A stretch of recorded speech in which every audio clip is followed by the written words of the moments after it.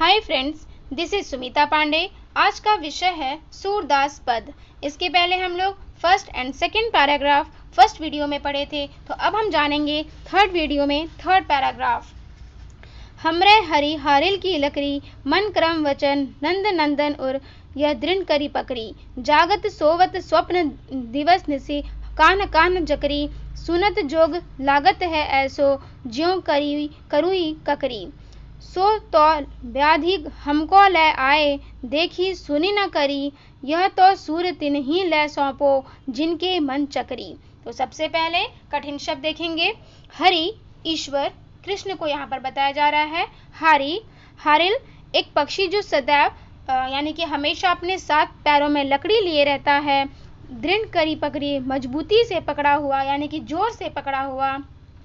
दिवस निसी, दिन रात। करुई ककड़ी, कड़वी ककड़ी। मन चक्री, जिसका मन स्थिर न हो अर्थात चक्री की तरह घूमता रहता है। सु वह जकरी, रटती रहती है। व्याधि रोग, करी भोगा। तो मैं यहाँ पर आपको एक एक पंक्ति का अर्थ बताना चाहूंगी।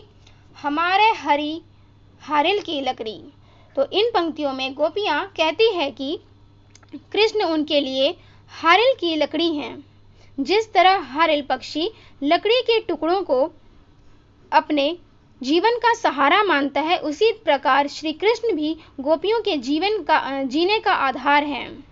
कहने का अर्थ यहाँ पर यह है कि जो गोपियां थी वो श्री कृष्ण का आने का इंतजार कर रही थी कि श्री कृष्ण जी आएंगे और हम अपनी बात को कहेंगे, लेकिन वो नहीं आई। तो वो क्या है कि जो गोपियां थी वो श्री कृष्ण को अपना आधार मानती थी, जिस प्रकार हारिल की पक्षी जो है वो लकड़ी को अपना आधार मानती है। मन क्रम वचन नंद नंदन उर, यह दृढ़ करी पकड़ी। तो उन्होंने मन क्रम और वचन से नंद बाबा के पुत्र श्री कृष्ण को अपना माना है। जागत सोवत स्वप्न दिवस से, कान कान जकरी। तो गोपियां कहती है कि हम तो जागते सोते हुए भी दिन में स्वप्न देखते हैं कि स्वप्न देखते हुए भी मतलब कान्हा कान्हा रटते रहते हैं। सुनत जोग लागत है ऐसो, ज्यों करुई ककरी। उन्हें उद्धव का संदेश कड़वी ककड़ी के समान लग रहा है। क्यों लग रहा है? क्योंकि वो सोच रहे थे कि श्री कृष्ण जी आएंगे और हम अपनी बात को कहेंगे, और श्री कृष्ण नहीं आए, उद्धव के द्वारा संदेश भेजते हैं। तो ये जो संदेश उद्धव लेकर आते हैं कि वो नहीं आएंगे, यही बात उनको कड़वी ककड़ी के समान लग रही है। ठीक है, तो हम आगे नेक्स्ट पंक्ति में क्या देखेंगे। सु जो व्याधि हमको ले आए, देखी सुनी न करी। यह तो सूर तिन्हीं ले सौंपो। तो यहाँ पर कवि क्या कहना चाहते हैं। तुमने न देखा और सुना, हमारे लिए एक बीमारी लेकर आ गए हो। गोपियां उद्धव को कहती हैं कि तुम यह संदेश उनके पास लेकर जाओ, जिनका मन चक्री की तरह घूमता रहता है। हमारा मन तो श्री कृष्ण के प्रेम में स्थिर है, तो तुम्हें यह संदेश हमारे पास लेकर नहीं आना चाहिए था। यानी कि वो काफ़ी देर से इंतज़ार कर रहे थे कि श्री कृष्ण जी आएंगे, लेकिन ये बात वो मतलब पता चला, संदेश ये आया कि वो नहीं आएंगे, इसलिए कहा जा रहा है कि तुमको ये बीमारी लेकर नहीं आना चाहिए था, तो तुम्हें यह संदेश हमारे पास लेकर के नहीं आना चाहिए था। तो अब हम नेक्स्ट पंक्ति में देखेंगे, चौथी पंक्ति की ओर ध्यान देंगे। चौथी पंक्ति क्या है। हरि है राजनीति पढ़ियाए, समूझी बात कहत मधुकर के समाचार सब पाए। एक अति चतुर हेतु पहले ही, अब गुरु ग्रंथ पढ़ाए। बड़ी बुद्धि जानी जो उनकी, जोग संदेश पठाए। उद्धव भले लोग आगे के, पर हित डोलत धाये। अब अपने मन फेर पाइए, चलत जू हुते चुराए। ते क्यों अनीति करे आपुन, जे और अनीति छुड़ाए। राजधर्म तो यह सूर, जो प्रजा न जाहि सताए। तो यहाँ पर हम देखेंगे सबसे पहले कठिन शब्द।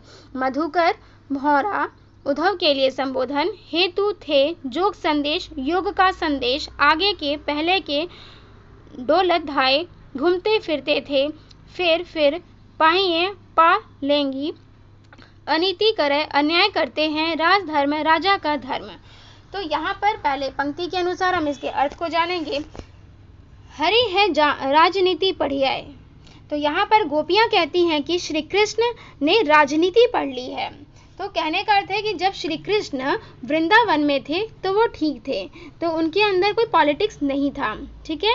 लेकिन जब वो मथुरा चले गए तो उनमें राजनीति आ गई है। पहले उनके अंदर ऐसा कुछ नहीं था, वो अब जो कुछ भी बोलते हैं काफ़ी सोच समझ करके काम करते हैं। लेकिन जब वो वृंदावन में थे तो वैसे नहीं थे। समझी बात कहत मधुकर के समाचार सब पाए, एक अति चतुर हेतु पहले ही अब गुरु ग्रंथ पढ़ाए बड़ी बुद्धि जानी जो उनकी जोग संदेश पठाए।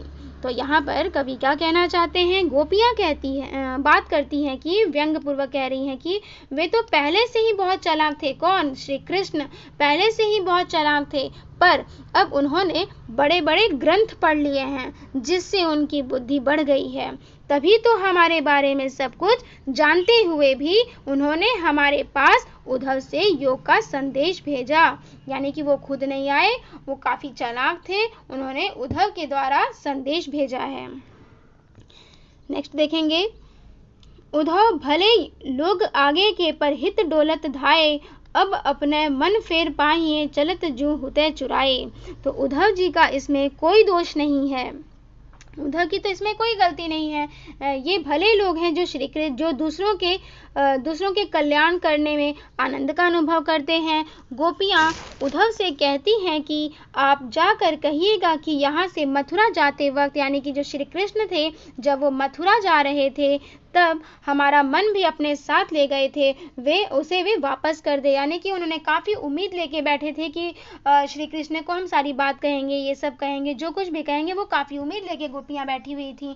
लेकिन जो श्री कृष्ण थे वो मथुरा जा कर के वापस नहीं आए, ये चीज़ उनको बहुत दुख हुआ। तो इसलिए कहा जा रहा है कि जो कुछ भी वो लेकर गए थे वो उनका मन वापस कर दें। आगे की पंक्ति में देखेंगे, तय क्यों अनिति करे आपुन जो और अनिति छुड़ाए, राजधर्म तो यह सूर जो प्रजा न जाहि सताए। तो वे अत्याचारी को दंड देने का काम करने मथुरा गए थे, परंतु वे स्वयं अत्याचार करते हैं। आप उनसे कहिएगा कि जो राजा होता है उनका धर्म होता है कि वो प्रजा की रक्षा करे। तो श्री कृष्ण रक्षा कर जाए हमें पीड़ा दे रहे हैं। सही बात है कि वो संदेश उद्धव से भिजवा रहे हैं, स्वयं नहीं आते हैं। तो ऐसा अन्याय ऐसा हमारे साथ क्यों हो रहा है, हमें क्यों सताया जा रहा है। तो यह पंक्ति, इसका अर्थ यहीं पर समाप्त होता है। बहुत ही सरल शब्दों में यहाँ इसका भावार्थ लिखा हुआ है। तो आशा करती हूँ आप लोग समझ गए होंगे और इस लॉकडाउन में आप अपने कंसेप्ट को, आप अपने विषय को कंप्लीट कर सकते हैं with the help of this video. Thank you and have a nice day. Keep watching.